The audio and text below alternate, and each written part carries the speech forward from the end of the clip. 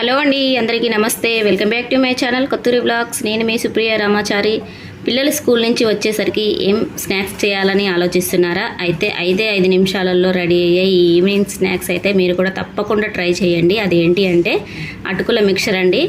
5 మినిట్స్లో చేసుకోవచ్చు. చాలా తక్కువ ఇంగ్రీడియంట్స్తో చాలా సింపుల్గా ఒక 2-3 నిమిషాలలో అన్ని ఇంగ్రీడియంట్స్ ఉంటే ఎమ్మటే అయిపోతుందండి. ఒక 5 నిమిషాలలో చాలా ఈజీగా టేస్టీగా అయితే ప్రిపేర్ చేసుకోవచ్చు. చూడండి, పిల్లలు కూడా చాలా ఇష్టంగా తింటారు.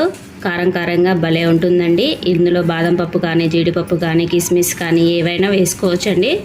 చూడండి, ఎంతో టేస్టీగా ఉండే 5 నిమిషాలలో అయిపోయే ఈ అటుకుల మిక్చర్ ఎలా ప్రిపేర్ చేయాలో ఇప్పుడు ప్రాసెస్ ఏంటో వీడియోని అయితే స్కిప్ చేయకుండా మీరు కూడా చూసి ఇంట్లో పిల్లల స్కూల్ నుంచి వచ్చే వరకు చేసి పెట్టండి. చాలా ఇష్టంగా తింటారు. అలాగే కొత్తగా ఎవరైనా మన ఛానల్ని చూస్తున్నట్టయితే ఛానల్ అయితే సబ్స్క్రైబ్ చేసుకోండి. పక్కనే ఉన్న బెల్ ఐకాన్ ప్రెస్ చేస్తే నేను ఏ వీడియో పోస్ట్ చేసినా నోటిఫికేషన్ అనేది ముందుగా మీ వరకు వచ్చేస్తుందండి. ఇంకా లేట్ చేయకుండా ఈ అటుకుల మిక్చర్ ఎలా ప్రిపేర్ చేశానో వీడియోలోకి వెళ్ళి చూసేద్దాం.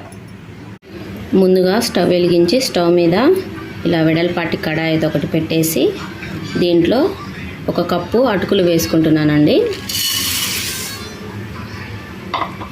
ఇవి ఒక 2 నిమిషాలు ఫ్రై చేసుకోవాలి.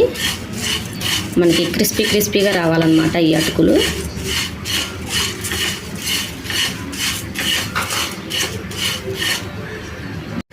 రెండు నిమిషాల తర్వాత మనకి చక్కగా ఫ్రై అయిపోయాయండి. చూపిస్తాను చూడండి. ఇలా అంటే విరిగిపోవాలి. మంచిగా మనకి ఫ్రై అయిపోయాయి. ఇప్పుడు వీటిని తీసేసి ఒక ప్లేట్లోకి అయితే పెట్టేసుకుందాం. వేయించుకున్న వాటిని ఒక ప్లేట్లోకి అయితే తీసేసుకున్నానండి. ఇప్పుడు అదే కడాయిలో నూనె వేసుకుందాం.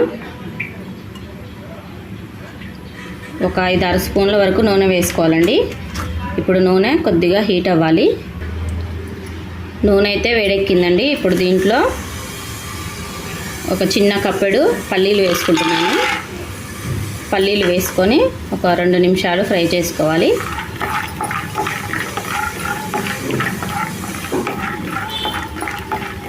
కొంచెం కలర్ రావాలండి ఈ పల్లీలు.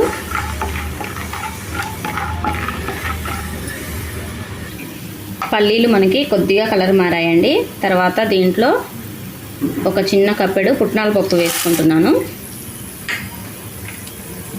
తర్వాత ఒక 4-5 వెల్లుల్లి రెబ్బలు ఇలా కచ్చాపచ్చగా దంచి వేసుకుంటున్నాను. తర్వాత పచ్చిమిర్చి ఒక 5-6 పచ్చిమిర్చిని ఇలా మధ్యలో కట్ చేసి వేసుకుంటున్నాను. వీటన్నిటిని ఇప్పుడు ఫ్రై చేసుకోవాలండి.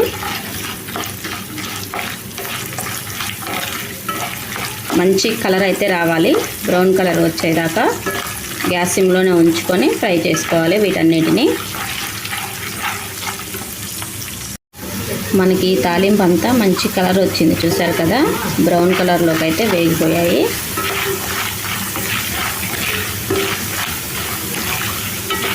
ఇప్పుడు దీంట్లో కరివేపాకు వేసుకొని కరివేపాకు కూడా కరకరలాడే వరకు ఫ్రై చేసుకోవాలి. కరివేపాకు కూడా మంచి కలర్ అయితే వచ్చిందండి. ఇప్పుడు దీంట్లో కొద్దిగా పసుపు వేసుకుంటున్నాను.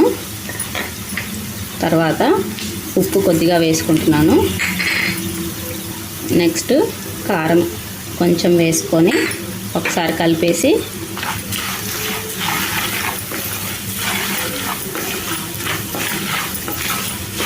ఇప్పుడు వెంటనే మనం వేయించి ఉంచుకున్న అటుకులను కూడా వేసుకోవాలండి.